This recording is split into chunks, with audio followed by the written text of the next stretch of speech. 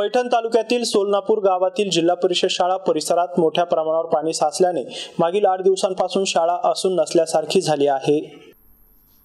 सोमवारी शिवसेना उद्धव बाळासाहेब ठाकरे गटाचे नेते दत्ता गोरडे यांनी आपल्या सहकाऱ्यांसह सोलनापूर गावात जाऊन पाहणी केली। शाळा परिसरात साचलेल्या पाण्याला तालुका प्रशासनाने वाट करून द्यावी अशी मागणी ठाकरे शिवसेनेचे नेते तथा जिल्हा उपप्रमुख दत्ता गोरडे यांनी केली आहे। सोलनापूर गावात रोजगार हमी योजनेतून रस्त्याची कामे झाली आहे, मात्र रस्ते कुठे उंच तर कुठे खाली झाल्याने गावातील नागरिकांच्या घरात पाणी शिरले असा आरोप दत्ता गोरडे यांनी केलाय। शासनाने शेती नुकसानीचे तातडीने पंचनामे करून शेतकऱ्यांना आणि ग्रामस्थांना मदत करावी अशी मागणी गोरडे यांनी केली आहे। यावेळी डॉक्टर सुनील शिंदे, सुरेश दुबाले, सोमनाथ जाधव, आप्पासाहेब गायकवाड यांची उपस्थिती होती। गौतम बनकर, एमसेन न्यूज पैठण, छत्रपती संभाजीनगर।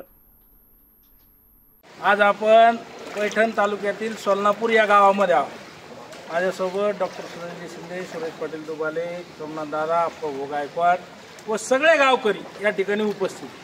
गेल्या 10 दिवसापासून जी या पैठण तालुक्यात अतिवृष्टी चालू आहे, त्यातली त्यात सोलनापूरमध्ये अत्यंत जास्तीचा पाऊस झालेला आहे आणि वरून तळ्यापासून जे पाणी येतं गावकऱ्याच्या घरामध्ये तर पाणी गेलेलंच आहे, परंतु या जिल्हा परिषदेची शाळा, लहान लहान मुलं या शाळेत येतात।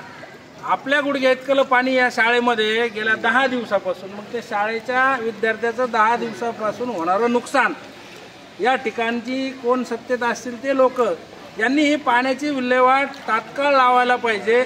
आपल्या तालुक्याला तर निश्चय विकास महर्षी म्हणलं जातं, परंतु तालुक्यामध्ये सोलनापूरलाच नाही तर अख्ख्या तालुक्यात आम्ही फिरून आलो। डॉक्टर साहेब असतील, दानवे साहेब सुद्धा आमच्या सोबत होते।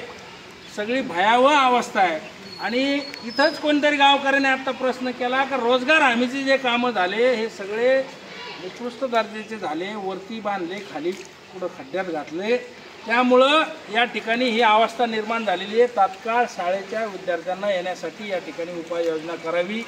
सोलनापूरकरांच्या घरामध्ये जे पाणी गेलं, शेतामध्ये जे नुकसान झालं, या नुकसानीचे सरसगट पंचनामे होऊन या सगळ्यांना मदत मिळावी अशी आम्ही आज सोलनापूरमध्ये येऊन शासनाला या ठिकाणी मागणी करतो।